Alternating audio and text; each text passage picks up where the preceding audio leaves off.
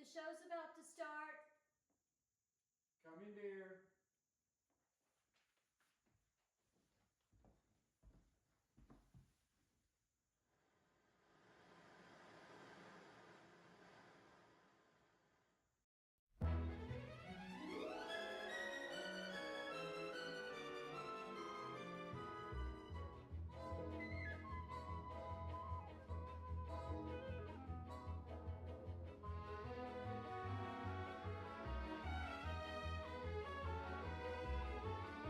Let's get ready to shake, rattle, and roll with the Graceland Glamour Girl, the one who puts the Cece in rider, Miss Cece Glamour.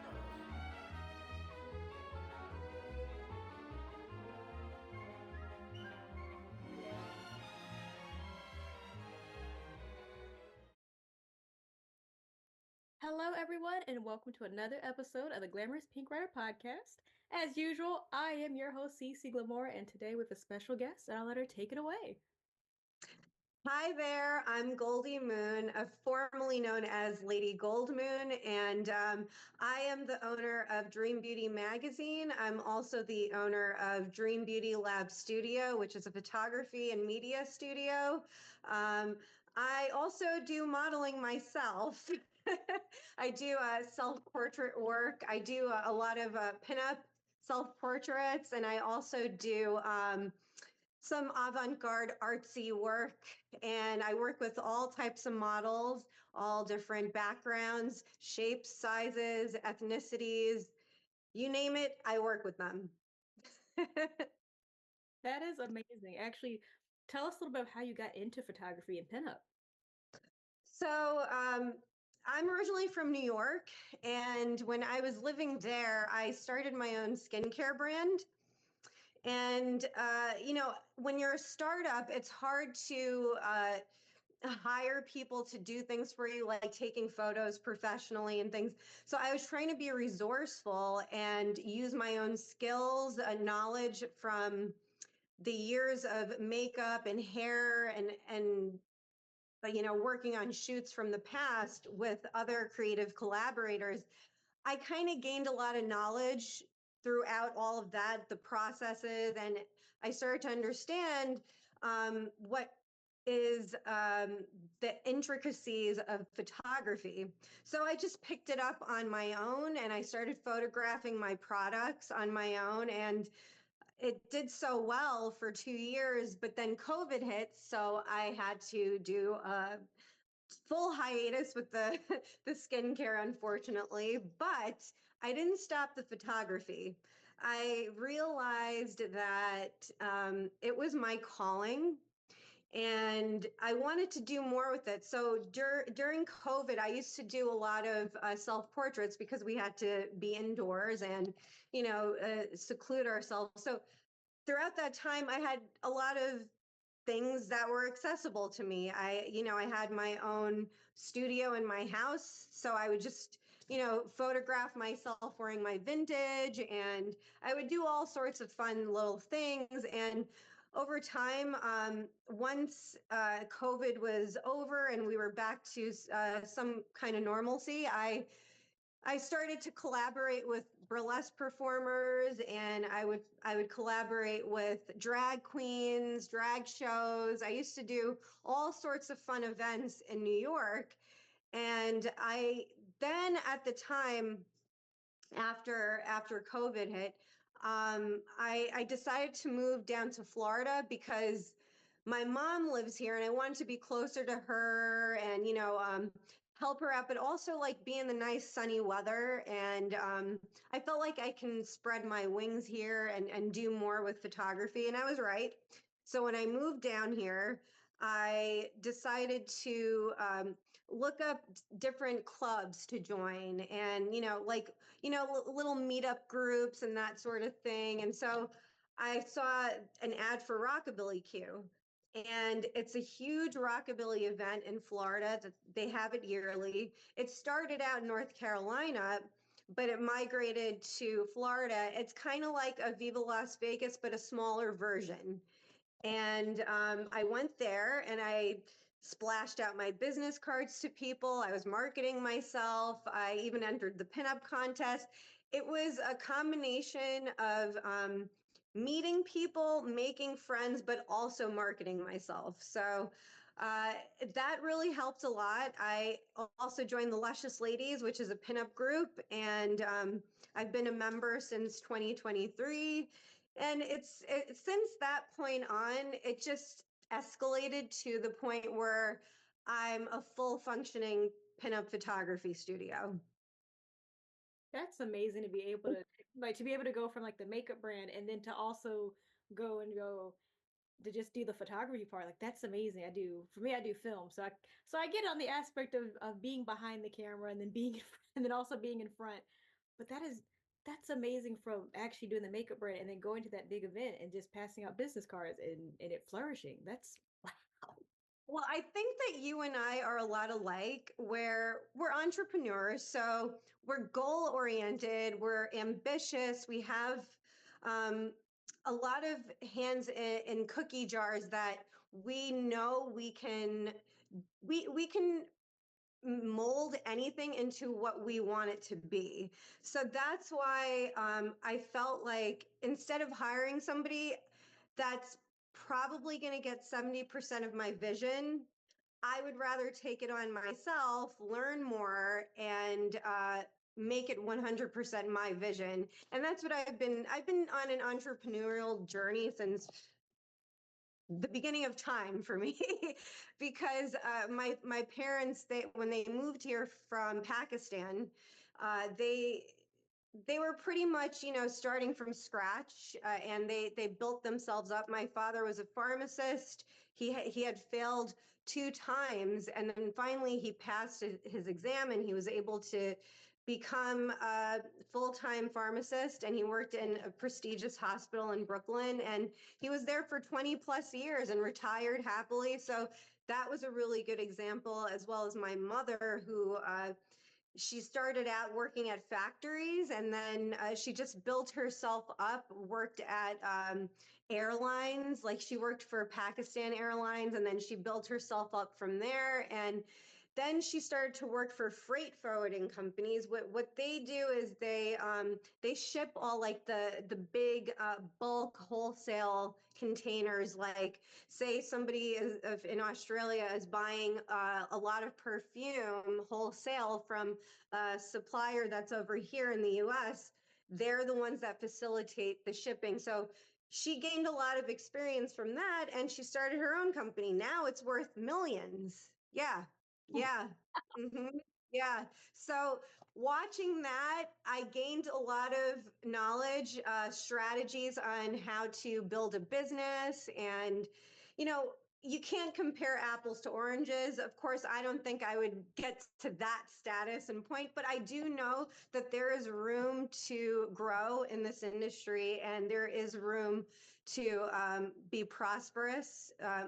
Financially and just in general, just being happy and not having to work a 9 to 5. That's the goal. That's the intent. Definitely, especially and like you said, putting hands in cookie jars, that's me. I have I won't say it's a problem.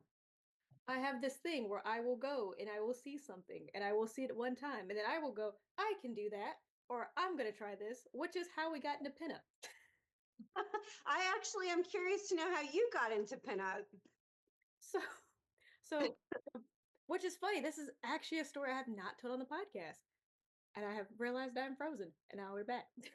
but but I got into pinup. I was actually at an 18th century fashion show and I was one of the models for it. So I'm sitting here looking like Queen Charlotte. I have my mom did my hair for it, so I have like the huge hair and the corsets and everything. And it was a pinup, and she goes, "You would do really well doing pinup." And I kind of think about, it, I was like, okay. And so she's like, "We're having a pinup meetup in October, and just come and check it out." So I came. I actually got my first pinup dress. It was like this pink, black, and white polka dot dress. I had the heels on and everything. And I was like, I'm just gonna watch. I'm gonna see what happens. Watching and seeing what happens was me being posed on top of the car. And I'm sitting here like, and they're just like, oh no, no. And then they go, oh no, no, we're not going to pose you on the car for the first time because you're new to this. And I go, okay, we're going to pose you on top of the car. I'm sitting here like, but I'm, And so after that, it's just been I've been a pinup girl now for a year. I've started my own pinup magazine and my own pinup group, which has kind of been like a database to really show people who women who are actually wanting to get into it versus women who've been in it for years to actually have a network to really say hi. If you don't know something, you can post in here and say, "Hey, how do you get your wing eyeliner here?" And somebody might post, "I use a wing eyeliner stamp." So it's kind of getting that networking of women from all over, but to also say, hey, if you have a question, we're here. And we even have a men's group for men who are interested too. I love that. That's so beautiful. That's so unique. And that's a really good way of bringing people together as well. and it's and it's fun. It's like women from all the way, like women and men from all over. So I have some that are like, hi, do you have any events that are here in Australia? I'm like, and I'm like asking my friends in Australia, I'm like, what do you have going on? And they're like, we have the Australian Elvis Festival. I'm like, Australian Elvis Festival, this day to this day. Wow. Wow. Do you ever travel to those parts? Not yet, but I plan to, and I might be because next month I am competing in the Tupelo Elvis Festival as the first Black female Elvis. Oh my God, that is amazing. Wow. I Because I can't wait to went, see that footage. Yes. because I went and I sang at Grayson last year, and I went, huh, I can do this too. It was one of those putting my hands in the cookie jar and watching it once and going, I Yes. can do that. That's amazing. Oh my God. You remind me of myself. When there's a lot of people that say you can't do that, I'm the first one that says I can do that and I can do it the best. This is also how my first project of sewing is a 1950s prom dress because I was up at night on YouTube and saw a lady do it and went, I can do that with no knowledge of sewing. I went to my mom's room and was like, okay, I know what I'm going to sew. I'm a lot like you. I may not have a lot of knowledge in things, but I feel like I can manifest learning how to do something and then I pick it up. Sometimes it's a failure, sometimes it's a success, but I think it's what the beautiful part of it is that you are ambitious. You are motivated to do something. There's a lot of people that are just sitting around wasting time and they don't even know that they have hidden talents because they haven't explored. So you putting your hands in those cookie jars, you explore and you find out, you know what? I may not be good at that, but I'm going to try it anyway. And then you find out that you are good at that.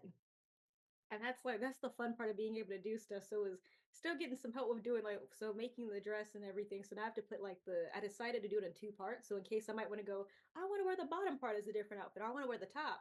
I can actually have that option. So now I have to actually sew the band around the band on the waist. And I'm sitting here like, I don't want to mess up the fabric. I don't know. And my mom's like, please sew this thing so you can have this for next month. Please sew it. I'm tired of looking at the pieces. They're all over the house. Please sew it. And I just go, okay, but just know after I sew this thing, there's going to be like 5 other projects. And she's like, I know you have about 20 sewing patterns. And one is also an Elvis jumpsuit because I figured why not make a pink one? That is so cool. I can't wait to see that. It's going to be amazing and you're going to kill it. I know it. I honestly, I was one of the, I was, when I got the news I was in the contest, I was shocked. And everyone's like, but your video of you singing at Graceland, like, and it did. It circled around to where I was walking around for one of the events and people are like, oh my, and there are people just like whispering, they're like, did you hear about the girl who sang at the Graceland 10 event? Like, she's good. And I'm sitting like, who are you guys talking about? And they're looking, they're like, there she is. I'm like, where? And it hit me and I go, they mean me. Wait a minute, how did this spread quickly? That's so fantastic. You know what? Nowadays, anything goes viral. And I feel like this is a perfect thing for you. I think you're going to do great.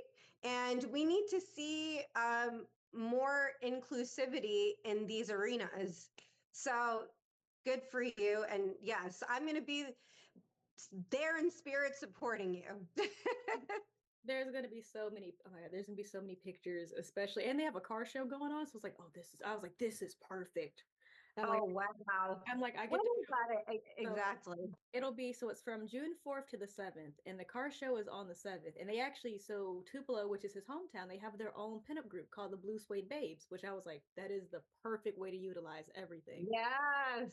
And they're gonna have classic cars and everything. I was like, this is gonna be very funny because all the guys are gonna be out dressed as Elvis, and I'm gonna be like, the night before I was dressed as an Elvis, and now here's my other element I bring, a pinup girl. But you know what? things need to be shaken up a bit. And the same thing over and over again, it gets boring and repetitive. So I'm glad that you're doing that. That's really cool. Thank you. It's definitely, and it's really fun because I feel like even doing a lot of the pinup stuff, it correlates. An Elvis contest is nothing but a pinup pageant for men. It is. It's And what you're doing is kind of like a reverse version of it. What when I was at Viva Las Vegas, the girl that won, Senorita Adelita, she did a whole androgynous look, and I really appreciate that because I like more of an androgynous look, a tomboy look, and she won, and it was fantastic. She stood out amongst everybody else. I mean, all the other girls were fantastic and they look gorgeous, but she really stood out. She thought outside of the box, and that's what I like. because I was out every day through Viva. I was on the Facebook group just looking at the pictures, so it was almost like I was there, and I saw that, and I was just like, I was like, our Viva this year is in a suit. Yes, it was fantastic. She looked fabulous. And the best part is I had a little chat with her at the food court.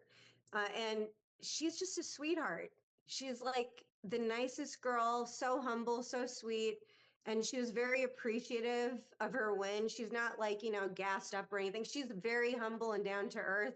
And she told me flat out I was honoring my culture, my Mexican culture. And I thought that was beautiful. Oh, and I'm also interviewing her for my magazine. That is amazing. Yeah. Uh-huh. And I love that because what I've noticed, especially here, I'm originally from North Carolina, but here in Georgia, when they think pinup here, they always think the dresses, and I'm like, there's so many outfits from the '50s that are like pants, and it's dresses, and of course people get the housewife idea because they see the dresses, and I always tell people, it's like they're like, what's your pinup? Is it like housewife? And I go, so my pinup is if I happen to fall into a time loop and I end up in Memphis in 1957 in front of a certain house and a certain man comes out, I will have a ring and keys to Graceland. That's my That's very, very specific. yeah, really. It's funnier when people don't like they don't get the joke and then they think about it and they go, "Oh, wow." And I'm like, "Hey, I've been told by some of his ex-girlfriends and their daughters that he would have married me." So That's very good. oh, I tell people I was like, "Yes, I got told that I got told that on my birthday by, by the daughter of his prom date, and I have not been the same since." Oh my gosh, you're so great. Everybody was like, "Are you okay?" I was like, today is my birthday, and I got told that Elvis would have married me, and his birthday's tomorrow, so best gift ever." And they're like, "So not you being able to." Relate. That's a dream of mine as well. I'm like, and it's so funny, and it gets funny when I go down there, and then people find out, "Oh, you're the 7th?" I'm like, "Yeah, I'm January 7th," and they're like, "So you're the 7th, he's the 8th," and I'm like, "Look." Technically, he's still older than me by years, but like if we were the same year, he wouldn't have lived it down. That I'd be older by a day. But yes, I get it. And it's funny, you're a Capricorn, he's a Capricorn, I'm a Capricorn. I like to say like the best people are made in January are the January and December era. And then I go, and then Yes, I'm like, and then the Virgos, because my mom's a Virgo. I'm like, and then Virgos. They're also yes. It's so true. We're very, very like we're bold, and we take risks. And we're very focused on our goals, and I think that's such a great thing. So what I like to call Capricorns, they're the three S's. They're sweet, sexy, but they can also be sour. I have, Don't get on our sour side. I'm like that's not a good that's not a good side. I tell people all the time, especially within the vintage community, they're like they'll say something crazy. They'll say something crazy to me. And of course with me being loving old Hollywood stars and the music and Mhm. especially with Elvis, and they'll be like, don't you find it crazy he shot at TV? I was like, I'm a Capricorn first and also Southern, so I actually a million percent agree with that sentiment. Yes. And people are like, what? I'm like, and I said, here's the thing. I'm not crazy. I'm just a Southern Capricorn, which is another way of saying I'm double the crazy. Mhm. So you've been in Georgia most of your life, and then you moved to North Carolina. So I've been in North Carolina most of my life, and then was Oh, I was see. it 4 years ago? I'm trying to remember, like 4 years ago or so. We moved down here to Georgia, and then I went to college in Florida, and then had to come back because of COVID. And I was just like, and I'm sitting like, okay, Georgia, do you guys have anything for me for film? And Georgia was like, no. And I was like, you know what? I'm gonna make my own movies then until you guys recognize them. There you go. I'm like, watch. Okay, I gotta ask you because you're into filmmaking. How many have you made? Do you make short films or what's the process for you? So I do make short films. I make short films. I've made short film documentaries, music videos. I'm trying to remember how much stuff I've made.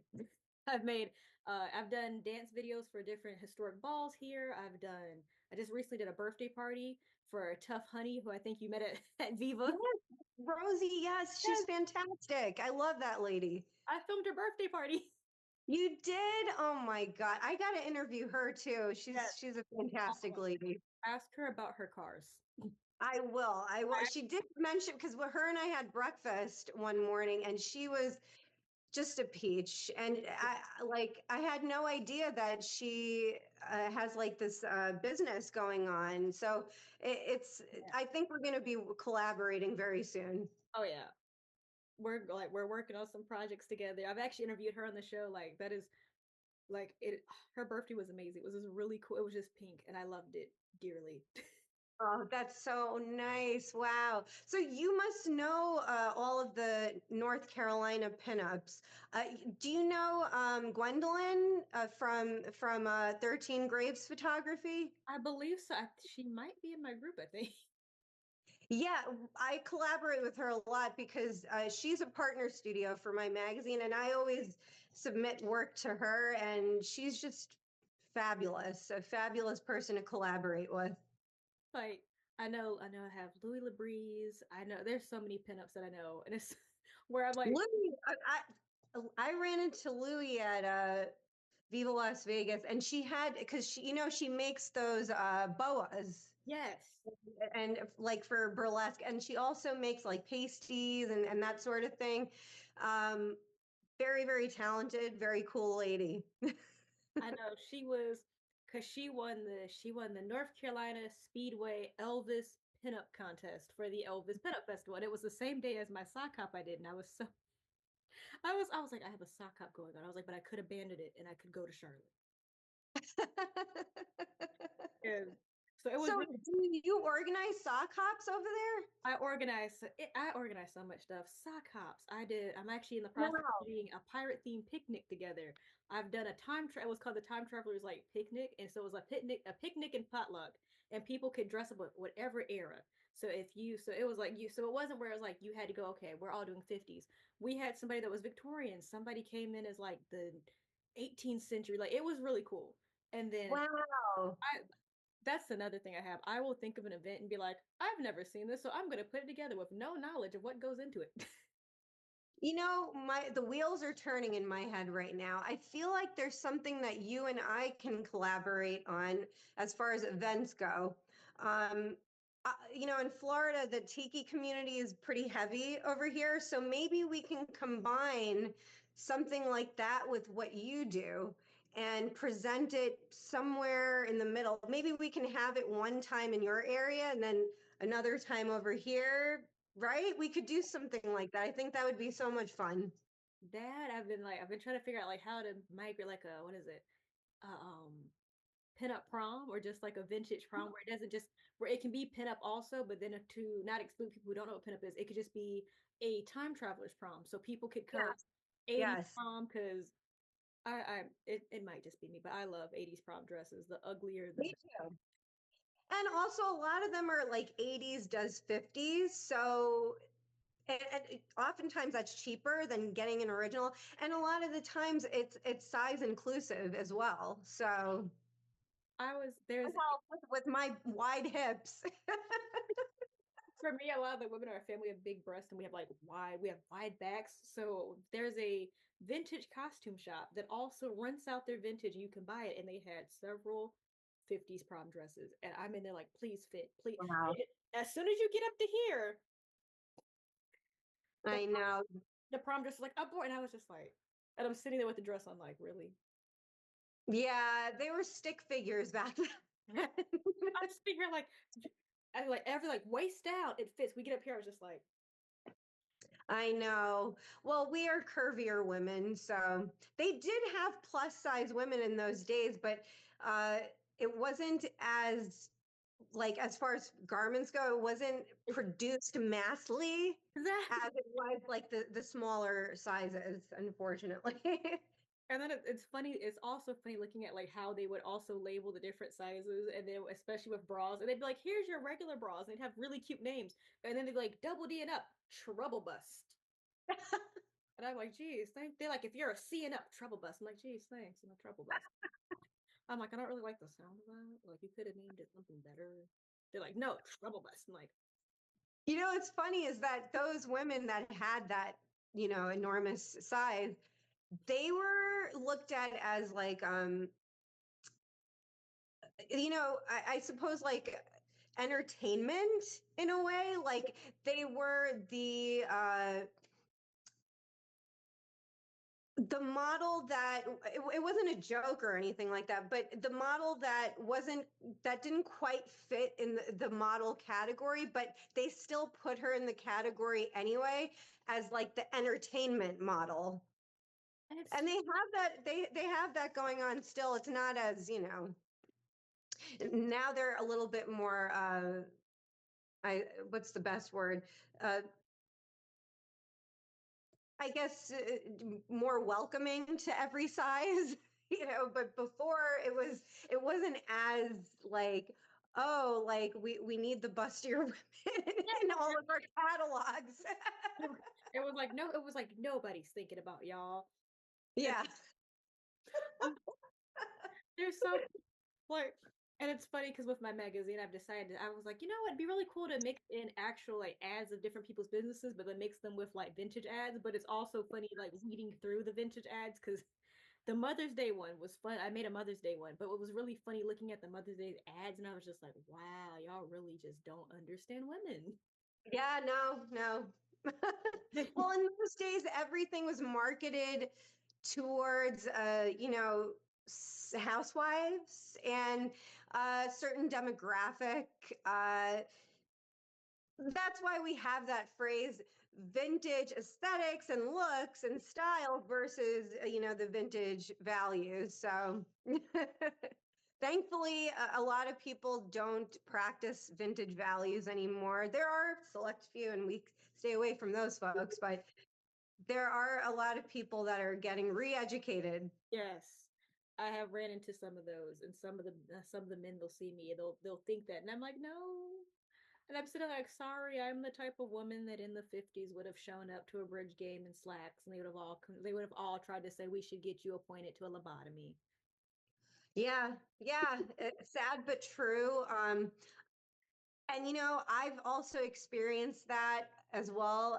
You know, I've been in the pinup world maybe about 2.5 years now.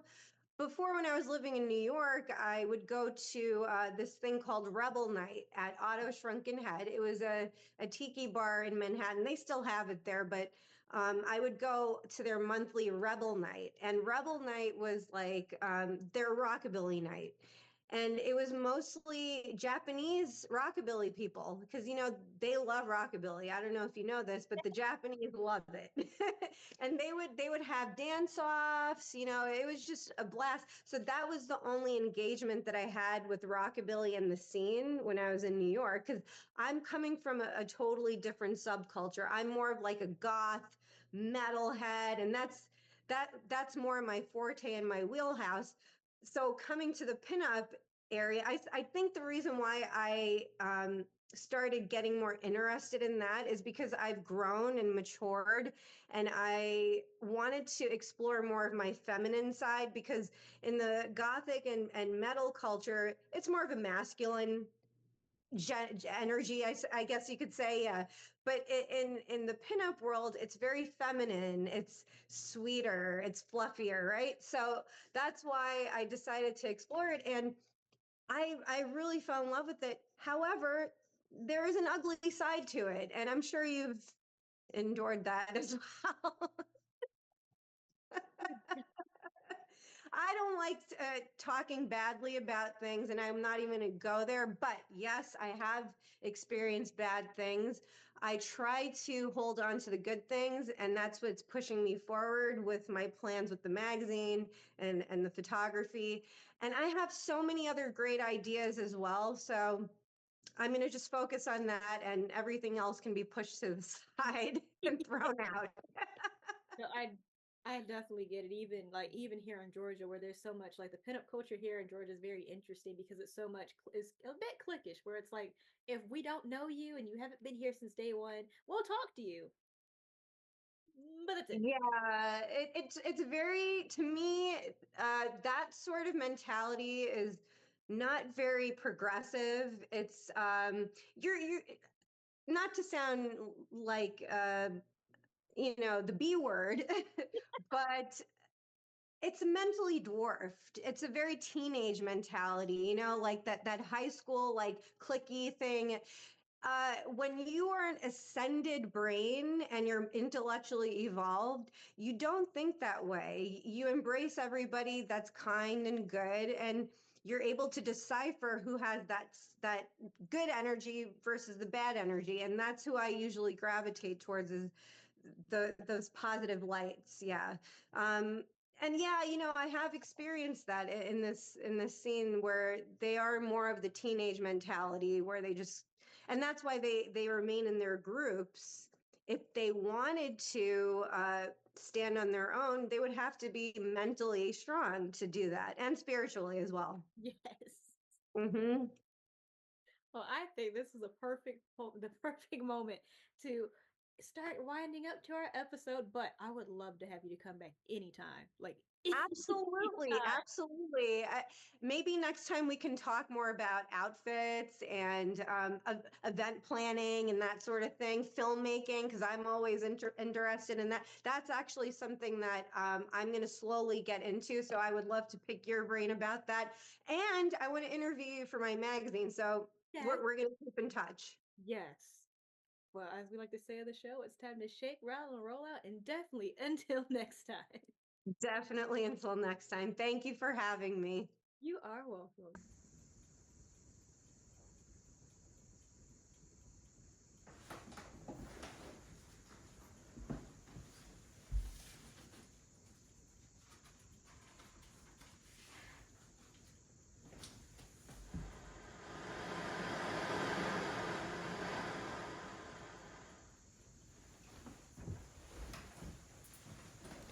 And now, our song of the day for our episode.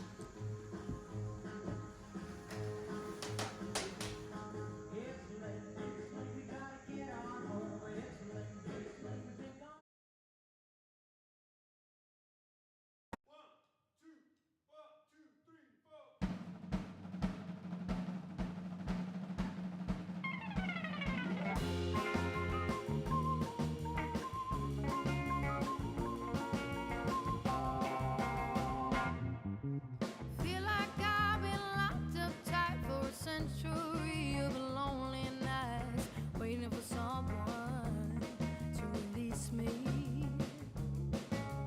Licking your lips, I'm blowing kisses my way, but that don't mean I'm gonna give it away, baby, baby, baby.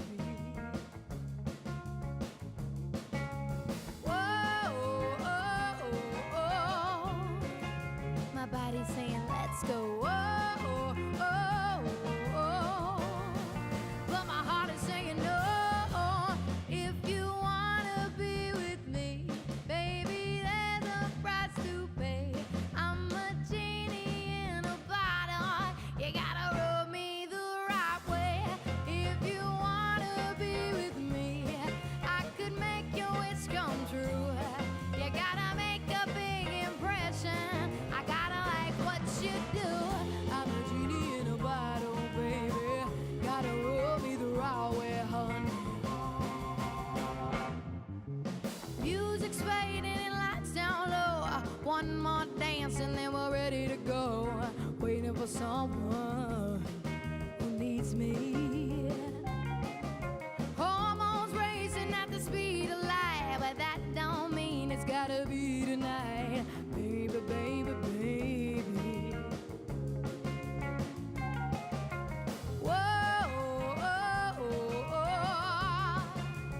body's saying let's go.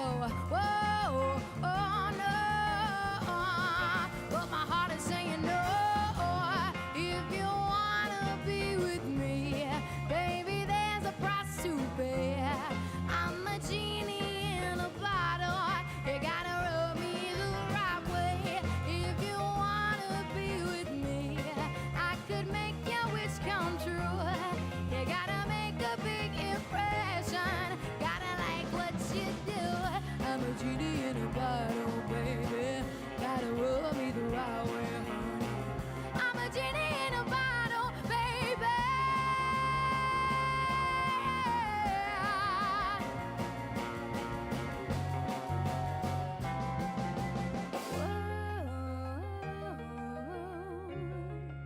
Whoa, my body's saying let's go. Whoa, but my heart is saying no. If you wanna be with me, baby, there's a price to pay. I'm a genie in a bottle. Gotta rub me the right way. If you wanna be with me, I could make your wish come true. You gotta make a big impression. I gotta like what you do. I'm a genie in a bottle, baby. Gotta rub me the right way, honey. I'm a genie in a bottle, baby. Come on in, love. I'm a genie in a bottle, baby. Gotta rub me the right way, honey. I'm a genie in a bottle, baby. Come on and let me out.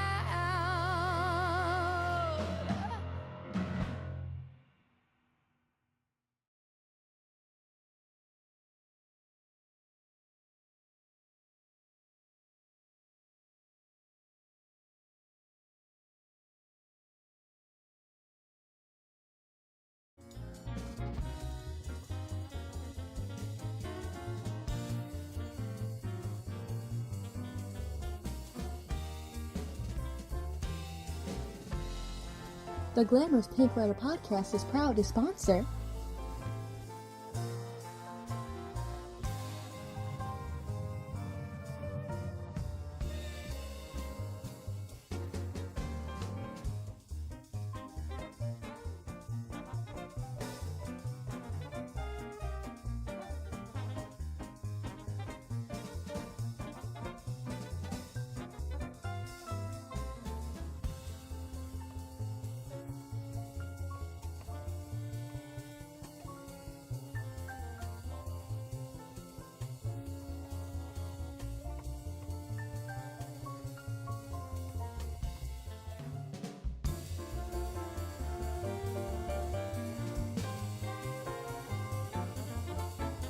Uptown girl, she's been living in her uptown world. I bet she's never had a backstreet guy. I bet her mama never told her why. I'm gonna try for an uptown girl. She's been living in her white bread world as long as anyone with hot blood can. And now she's looking for a downtown man. That's what I am. And when she knows what she wants from her time, and when she wakes up and makes up her mind, she'll see I'm And don't not forget, so you can watch us on tough any network you get your just podcasts from, such as I'm in Spotify, iHeartRadio Podcasts, Castbox, YouTube, all under the Glamour's Pink Riders podcast, brought to you by Cece Glamour. And remember, stay cool, cool cats.